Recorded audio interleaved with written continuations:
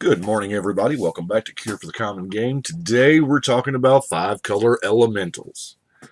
Not exactly the strongest deck out there, but it can be good for a change of pace. I like the unsung tribes. We kind of have a unsung tribe a night every once in a while, to where you gotta play the tribes that aren't the mainstream ones, and elementals. Meh, it's all right. It's five color, but there's not a whole lot of there's a lot of red green, obviously, because that's the tends to be the elemental color. But first, let's go through. There's a couple cards you play with just because you can. Five color. We've all got these. Well, if you played back during '09, everybody's got a. Well, I say everybody. I've got probably 20 of these dang things because it's like every collection I got had two or three. I got more than I can ever play with, so I try to throw an Obelisk of Alara in every five-color deck just because I want to use the card. And it is some pretty decent value. Um, Recursive damage, giant growth. Yeah, I mean, it's whatever. Door to Nothingness, another great card that you can just, anytime you can push somebody through the door, do it. It's just you're out. As long as you can target them, you're good. Legacy Weapon, here again. Colon, it doesn't even tap. That's beautiful. Now, and my 1/5 color elemental, which fits the deck in both ways, so that's pretty neat. Let's look at mana fixing. So it's not really so much about ramp with this deck as it is trying to get all your colors. With Manalith, Commander Sphere, Spectral Searchlight. As with most five-color decks, it tends to be green-centered. Five-color green is a phrase you've probably heard since the beginning of time in Magic. Harrow. I'm even going so far as the County Heart. The Shard Convergence is a great card. Now, it took me forever to understand why it did not get you the Forest. I mean, it gets you 4 lands. Why not 5? Why not? Well, it's got green in the mana cost. You've already got the green. Let's see. Any other? Kind of not rampish, but kind of rampish at the same time. I mean, it doubles what you got, so that helps for things, for door activations. And I mean, I play with Conflux too in 5-color because yeah, it's 8 mana, but you know what?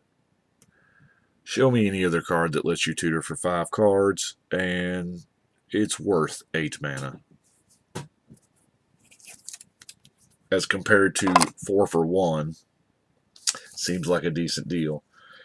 It looks like, since I'm already almost through with the non-creature stuff, Oblivion Rings, my spot removal, as well as Mortify, Utter End, Abrupt Decay, Putrefy, and Decimate.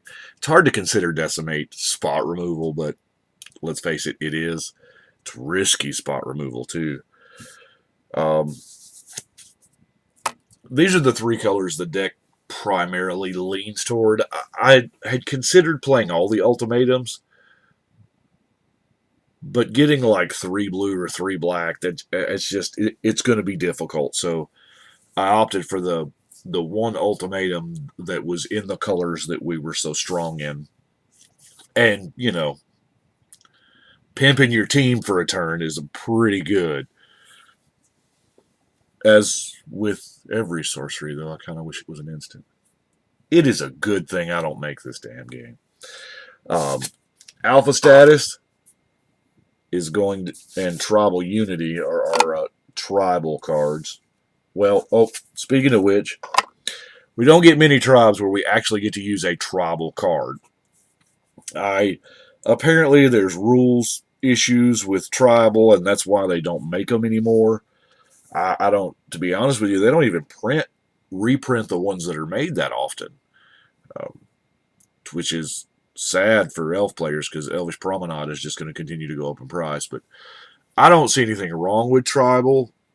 I mean, but I love it, actually. Here again, probably a good thing I don't make this game. Whisper Silk Cloak. My two white creatures. Revel Art, because it's a good elemental.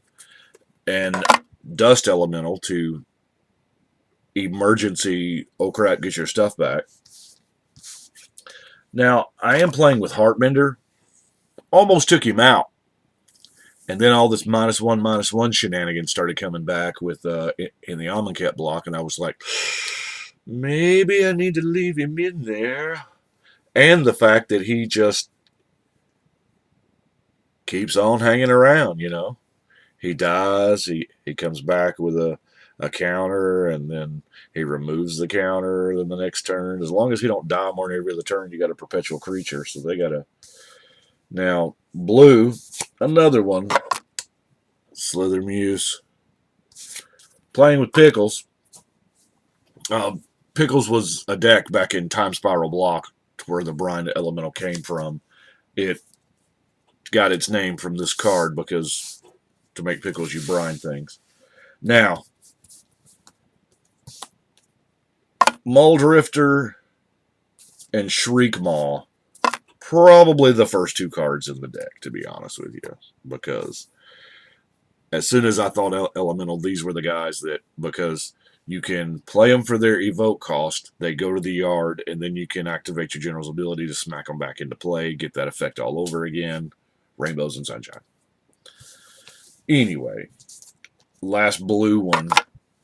Supreme Exemplar, I almost didn't, but you know what? A 10/10 flyer, I'll champion an Elemental.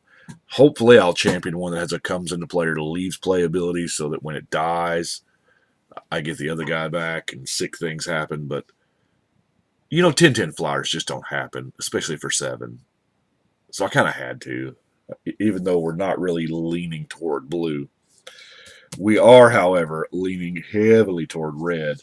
And that's because in the Lorwyn block, we got Elementals was one of the 8 tribes that they really focused hard on. And they dumped a bunch of it in red, like the Tutor and the Mana Elf, even though it's not an elf.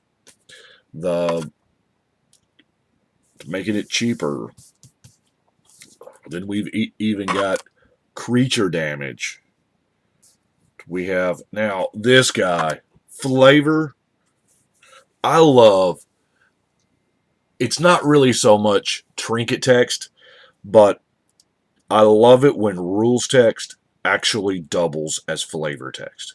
Like right here. Technically, it's not rules text. It is reminder text. But let's face it, that's flavor text. The land continues to burn. Oh my God, it's so good.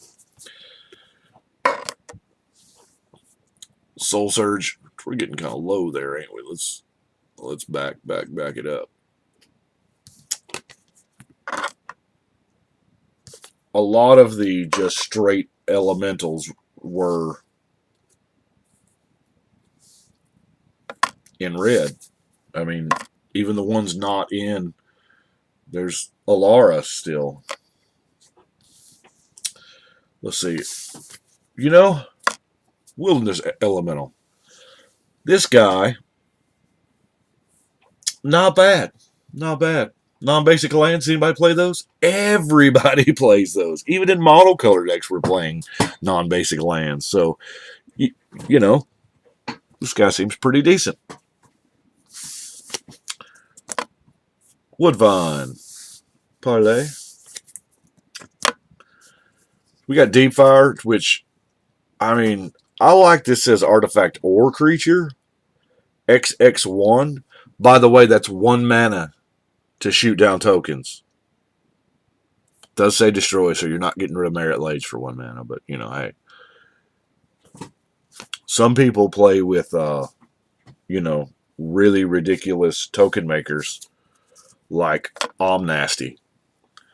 Omnasty is just, man, I don't know that I have covered him yet. To be honest with you, I don't know that I've got him built. A lot of the more popular generals I don't have built yet, simply because if my local play group, if one of the guys has these already built, and I'm kind of the freak of nature with the number of decks that I have, but if a guy's got 2 or 3 decks, and Omnath is his hardcore deck that he loves to run, then I'll put it to the back. I'll get to it eventually, but I don't want to steal anybody's thunder, But eventually, I'm going to get to them all. My buddy Mark has a Omnath deck that is just sick. They were playing a game, and oh man, it's the reason why they call him Omnasty. Forgotten Ancients is elemental, and that I had forgotten. Oh my God, I did not mean. Oh, I hate myself sometimes. Anyway, it's a great card. Just happens to be an elemental. Spawn Wrath. Now, Spawn Wrath kind of makes you want to do a bunch of extra combat steps, but I don't know. That seems like a whole different deck. Grave Sifter. Soul of the Harvest. Now, I love some Thundermare. Thundermare was great, but Timbermare, even better, because it cost, 2 mana less? Yeah, it's got Echo. We don't really care. This is a green lava axe. That's all it is. It is 4 mana for 5 damage when you absolutely positively have to get through. This is what it is. It's a green lava axe. Just, it's disguised on a creature. Spyflame Witch. Hey, each player loses 1 life. If you're ahead of that game, go nuts. And then the Cool Wrath Knight. Here again, it's got Wither. With counters on them, it cannot attack or block. So, that is what I have got for... Oh, also something else that I do, we'll go through a few of the spotty lands. I love Crystal Quarry because it doesn't matter what distribution you're getting of your colors. As long as you got the Crystal Quarry, you're home. But another thing that I do in all the 5-color decks is I run the mazes in. In 5-color decks, my first 11 spots of land just determined. 1 out of 30 or 20 times maybe you might get there. But to be honest with you, this is a Thawing Glaciers for dual lands pretty much. Yeah, they come into play tapped. I don't care. When you play Thawing Glaciers, the land you get comes, I believe it comes into play tapped anyway. Of course, our elemental land, every now and then they'll print a creature-specific land. I don't have like the really expensive one, the Cavern of Despair. Ain't got that one, but I don't see too many people, just gotta counter that elemental. Well, anyway, that is what I have got. I do appreciate you watching. Y'all let me know what you think. I think right now we're going to shuffle and gut.